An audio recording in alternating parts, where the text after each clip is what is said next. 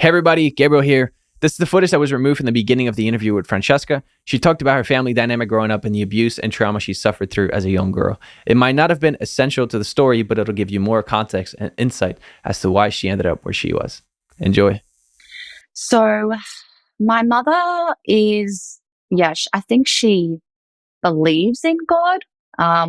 Even now, she's trying to get closer to God, especially after everything that I've been through with him. But yeah, she's a woman who has always been very much into kind of new age beliefs. So one of the things that she really, really liked was astrology. And she always used it to explain people's personalities to me and I was very good at it, especially when you're taught at a young age, I was really able to pick up on it. And yeah, I don't know really where to start with my mom. She did the best she could, in raising us. I think she just fell for a man that sort of was a con artist and, got taken advantage of. And yeah, with my father, I don't really know him, so I can't really speak firsthand because I have met him a couple of times in my life, and it's never really ended well. And my sister and I just decided to end the relationship. But basically, from what we've heard, he's a liar. He would steal, he would cheat. At one point, he was able to get my mother's life insurance in Italy because in Italy, they allow the husband to do that. So what would have been a lot of money for us today, he stole it all then. He gambled away all of our money. Mum was the one that had to work constantly. He never wanted to work. And she had 2 children by him and was working full time and basically supporting his gambling. And then shortly after that, he became a heroin addict. So a lot of our time in Italy was actually her staying with him at this rehab center. So some of the memories I have is of this weird sort of town, and it's sort of like a rehabilitation town, I think it's Catholicism there to try and rehabilitate these people. But yeah, so he was on and off with that, constantly lying about his drug use. And yeah, and then finally she escaped him when I was about 6 years old and we moved to Australia. And about your father, it's not just these things that you talked about, because the reason why you didn't see him for so long has to do with what he did to you at a very young age. So if you're comfortable to talk about this, I would love you to, because I think it happens to a lot of people and most people don't want to talk about it, but it has an impact later down the line in your life. So what happened when you were just a young girl? Yeah. So my sister and I don't really have a memory of it, but my father did sexually abuse both of us.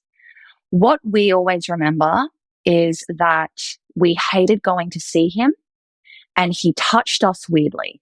That's the one thing that mum always remembered us saying. I'd be like, he always pulls on my underwear and, checks if it's too tight and all of this sort of thing. Like I remember telling my mum that. I remember telling my dad I didn't like that. I didn't know him. He was strange. Like I was a very introverted child. And so the Lord has worked with me in that as well. But I was terrified of anything too close, like even hugging my mother. And so it was the way that it ended up getting resolved was that he would often live in these drug houses. And we didn't know because we were kids, but mum sort of knew, but she had to let him take us, because it was the law that he got to see us, I think, one weekend out of the month. And he would be living in these weird homes. And anyway, it must have been someone at some point saw something happening and they reported it to the police. And it was the police that came to our school and they spoke to my sister and I about everything that happened.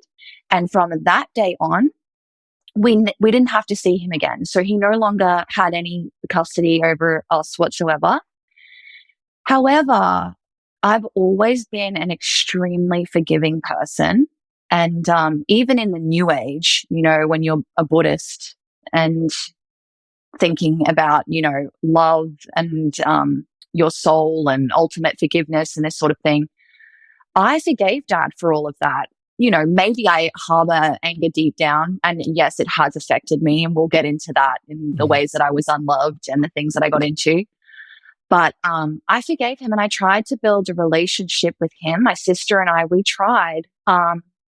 But every time we saw him, he would say some sort of lie, like blame it on my mother somehow. Or the very last time we saw him, he talked about this watch that he'd given mum. That's like a very expensive watch. And he said, has she given it to you? It was for you. But that watch was stolen by him at an auction. So he would just make up these lies and try to like pin us against our mother who'd raised us and we don't even know him. And so it was a mess. And that's basically why we decided to cut him off. Well, I want to ask you about your mother because I don't know how old you were when your dad left, but you essentially grew up, from what you remember, with a single mom. And you mentioned that this impacted you. So, can you talk about why growing up with a single mom impacted you negatively? hmm At the time, I never thought, of course, when you're a child, you don't know any different. Um, but when I look back on my childhood, I realized that a lot of my intimacy issues and a lot of my lack of self approval, my lack of respect for myself, and the kind of just abusive relationships I would get into, like nothing extreme, but there was always an element of emotional abuse or someone taking advantage of me trying to people please. When I look back on all of it, I believe it stems from that. And I think my sister, being an extrovert, didn't have this particular issue because she was able to seek mom out for love, whereas I wasn't. I guess at some point as a child, I shut down and I became very anxious avoidant.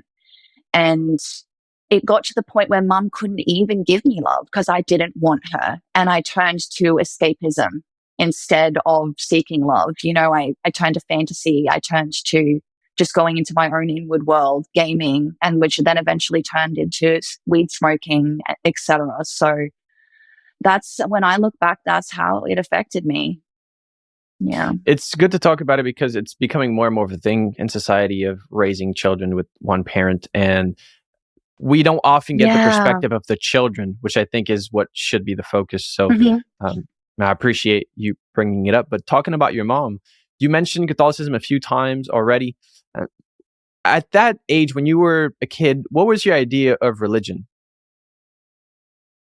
Um, Man, I really like whenever I think about how I thought about religion, it was like such a non issue because I know we had to study it at school, but I just never paid attention at all.